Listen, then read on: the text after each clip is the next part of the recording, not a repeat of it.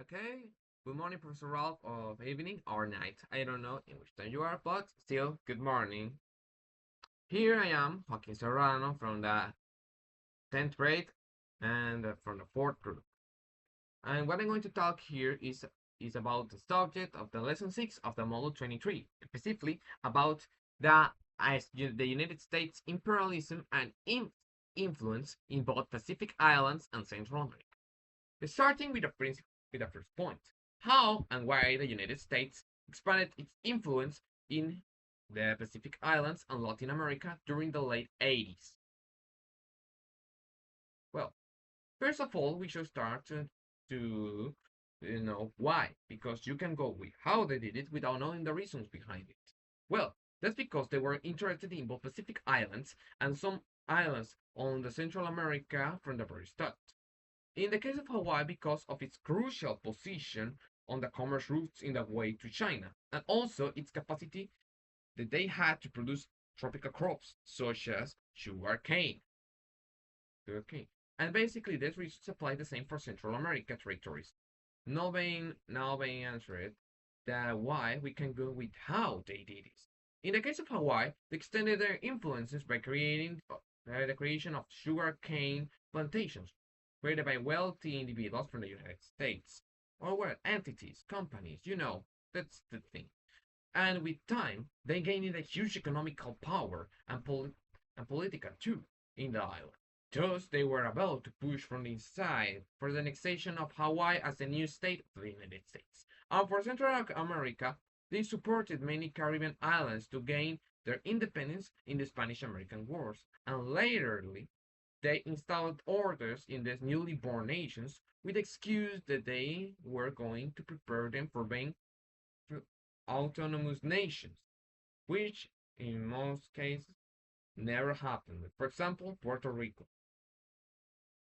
Now, with the next point, what is economic imperialism? How did the United States business affect countries like Hawaii or those in Central America? Well, now in this point, we're going to discuss that. Well, according to Britannica, imperialism is the practice of extending power and dominion, especially by direct territorial acquisition or by gaining political, political or economic control of other areas. Now, having that in clear, how these practices affected countries like Hawaii or Central America once? Well, for the case of Hawaii, as I said in the first point, the practice of imperialism from the United States by the creation of massive plantations and thus gaining enormous economical power in the island, caused by the annexation of Hawaii to the United States. This by the pressure the Yankee economical power present in the island was enforcing from the inside. And in the case of Central America, was moreover more or less the same, but not exactly the same. Specifically in Guatemala, Yankee imperialism, present in the form of the United Fruit Company, literally forced the previous president to step down because his ideas ran counter the objectives and desires of the Yankee present in their country. When I'm referring to Yankee, we're referring to the economical interests that they had. Now, with the following point, it's how did the Spanish-American War change the position of the United States as a world power?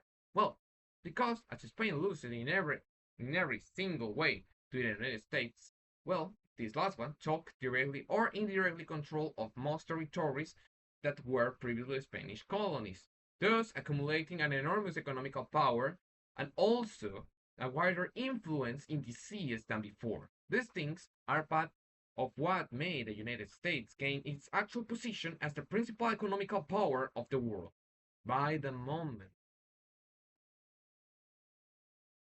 Now, with the next point, why did many Latin American countries struggle with political instability following United States involvement?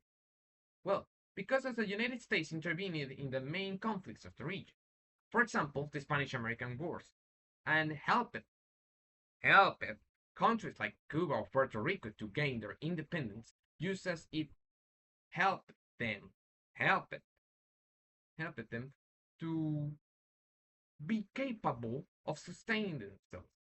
All this in quotation marks, which was nothing but a bad excuse to exploit the resources of these Caribbean islands. Another interesting case of how Yankee interventionism severely affected the already somewhat unstable political situation in Central America was the banana republics, which in short were exactly the same as what happened initially in Hawaii before it was annexed in the United States. Only in this case, it was with bananas and did not end in an annexation, obviously. But what they do have in common is that the economical power of these banana companies reached such a point that even if the interests of the president in office did not align with and they with theirs, and they, with the backing of the United States government, called and did overthrew the president in a coup d'état, as what as was the that was exactly was the case of Guatemala in 1954. All of this demonstrates that, without a doubt, the United States interventionism to protect its own interests in Central America caused more instability than anything else. Now, for the last point, we're going to talk about how the United States policies, such as controlling trade, investing in plantations, and intervening in conflicts, shaped the region's long-term development. Well, that's pretty simple. For example, the current dictatorship in countries like Nicaragua and yes, Nicaragua, and also the dictatorship that happened or even happening nowadays in Guatemala, for example, were caused directly due to a coup d'etat of all. Attention, this is applied for Guatemala, not Nicaragua.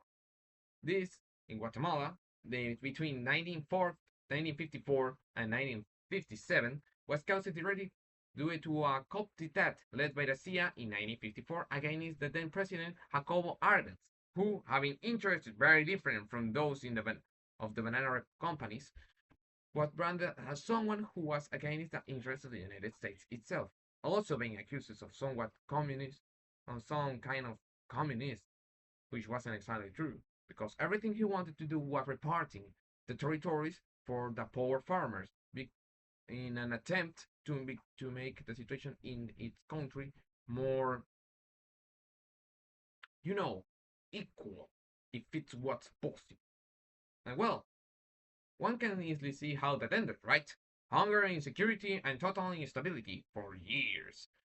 Many more cases like that can be found even in South America, for example, Colombia, with the massacres of bananas. Yes. But that's another time.